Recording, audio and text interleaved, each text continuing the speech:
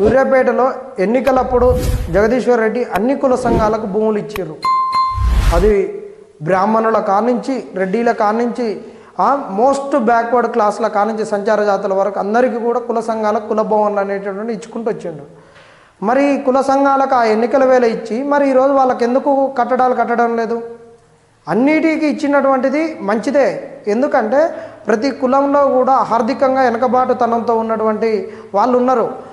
ఆ నిర్మాణాలలో ఏం జరుగుద్దంటే నిర్మాణం మంచిగా చేసినాక ఆర్థికంగా చిత్కుల పడినటువంటి వాళ్ళు చిన్న చిన్న ఫంక్షన్లు, బర్త్డే ఫంక్షన్లు, ఇంకా చాలామంది బీదోళ్ళు మ్యారేజ్లు కూడా చేసుకుంటారు. ఆడపిల్లల పెళ్ళిళ్ళు జరుగుతాయి, మ్యారేజ్ జరుగుతుంది, ప్రధానాలు జరుగుతాయి, అన్నీ జరుగుతాయి. వాళ్ళకు ఒక వెసులుబాటు ఉంటుంది. ఏదన్నా పంచాయతీలైనా ఏదన్నా ఒక్కడ కూర్చొని మాట్లాడుకోవడానికి మంచిగా ఉంటుంది. మంచి సదుద్దేశమే. కానీ ఎన్నికల వేళల్లో ఇవ్వడం అనేటువంటిది అలా రాజకీయ కోణం. కానీ వస్తుంది కదా, ఇక దీన్ని ఎందుకు మాట్లాడేదని ఆ రోజు ఎవరు మాట్లాడలేదు. మరి ఇచ్చిన కాడి నుంచి ఇప్పటి వరకు ఎక్కడ ఎందుకు నిర్మాణాలు జరగలేదు అనేటటువంటిది ఈరోజు తెలంగాణలో ఉన్నటువంటి సమాజం అనుకుంటుంది. అంతటా కూడా ఇట్టనే ఉంది. మరి సూర్యాపేటలోనైతే అసలు వీటిని ఎక్కడిచ్చిర్రు, ఏమైంది కూడా అద్దులు పద్దులు కూడా ఇంకొక సంవత్సరం అయితే మర్చిపోయేటట్టుంది. మరి ఈరోజు సూర్యాపేటలో ఎస్సీ భూములు ఏ విధంగా కబ్జాలకు గురి అవుతున్నాయో ఈరోజు అన్ని కులాలకు ఇచ్చినటువంటి భూములు కూడా ఈ విధంగానే గురి కావచ్చు. ఇందులో మరి లోతుకు వెళ్ళి చూస్తే ఏమవుతుందంటే ఎస్సీలకు ఇచ్చినటువంటి భూమిపైన ఇప్పుడు ఆ రోజు ఎవరు మాట్లాడలే, కానీ ఇప్పుడు మాట్లాడాల్సినటువంటి పరిస్థితి వచ్చింది. ఎందుకంటే మన పెన్బాడులోనే పక్కనే ఇట్లా కబ్జా చేస్తే వాళ్ళు వెళ్ళి ఇట్లా పోలీస్ స్టేషన్లో కంప్లైంట్ ఇవ్వడం జరిగింది. రేపు ఇదే జరగకపోవచ్చు. సూర్యాపేటలో ఇచ్చినటువంటి ఎస్సీలకు ఇచ్చినటువంటి భూమి ఏంది అంటే ఊరికి చివర ఇచ్చిర్రు. ఎక్కడో కేసారం దగ్గర ఇచ్చిర్రు, ఒక గ్రామ పంచాయతీలో. ఎస్సీలు ఉండేటటువంటిది వాళ్ళందరూ కూడా చాలా దూరము. ఏంటంటే ఇక్కడ చింతల చెరువు, ఇది కొత్త మార్కెట్కు దగ్గరగా ఉంటారు. తర్వాత మన ఎడ్లగోప విగ్రహం దగ్గర ఉంటారు. దాని తర్వాత పోతే మనకు పాత ఎస్పీ ఆఫీస్ దగ్గర ఉంటారు.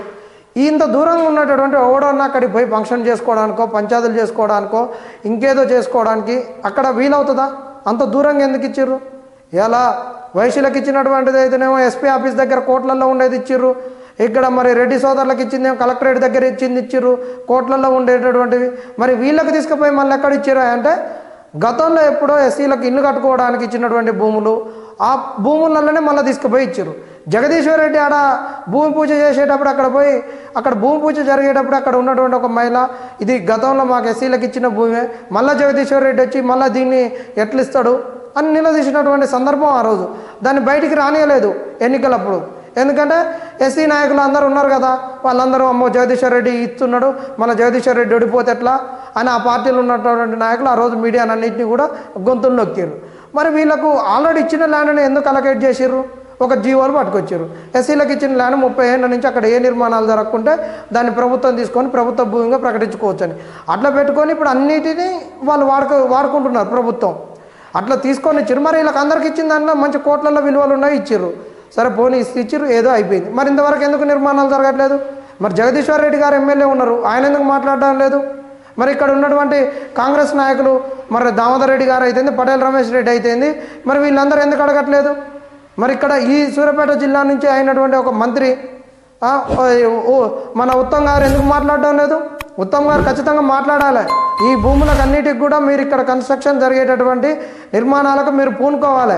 అన్ని కుల సంఘాలకు ఇచ్చినటువంటి వాళ్లకు నిర్మాణాలు పూర్తి కావాలి మీ పాలనలో. అది కాకుండా మాత్రం జనాలు మిమ్మల్ని మళ్ళీ ఎన్నికలప్పుడు వచ్చి కులాలకు ఇస్తాం అయిస్తాం అంటే ఎవడు నమ్మడు. మీ దయాదాక్షిణాలతోటి కాదు, ఓట్ల దయాదాక్షిణాలతోటి మీరు ఎమ్మెల్యేలు అయ్యారు.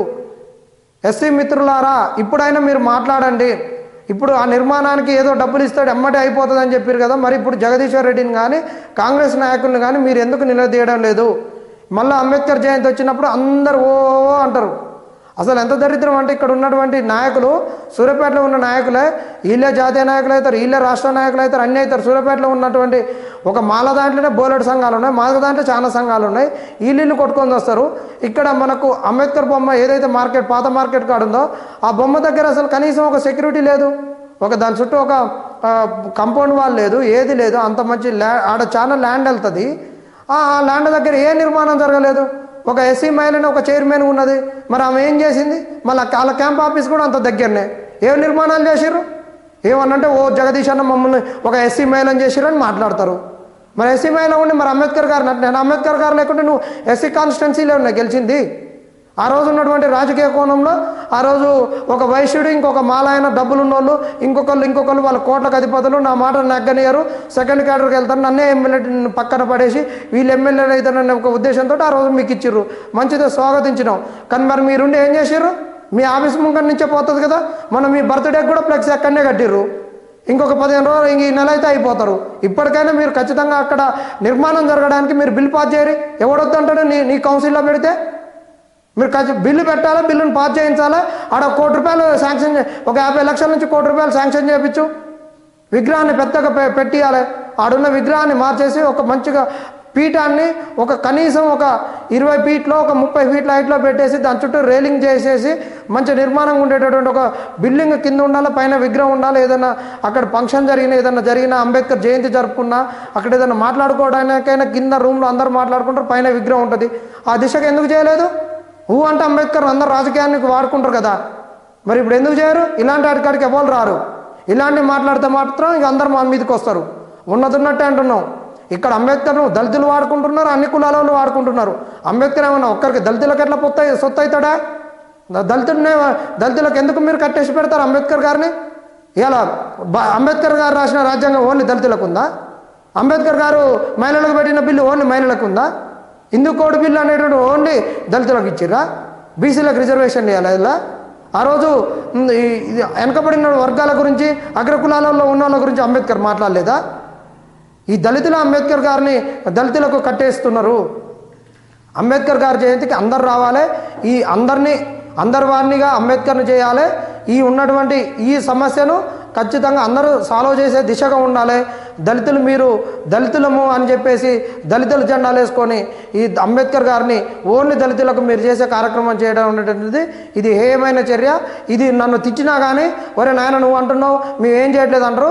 చేసేటోళ్ళకి తగులుద్ది. మీరు ఎన్ని నెగిటివ్ కామెంట్ పెట్టుకున్నా, ఏం పెట్టుకున్నా భయపడేది లేదు. ఉన్న వాస్తవాలు చెప్తున్నాం.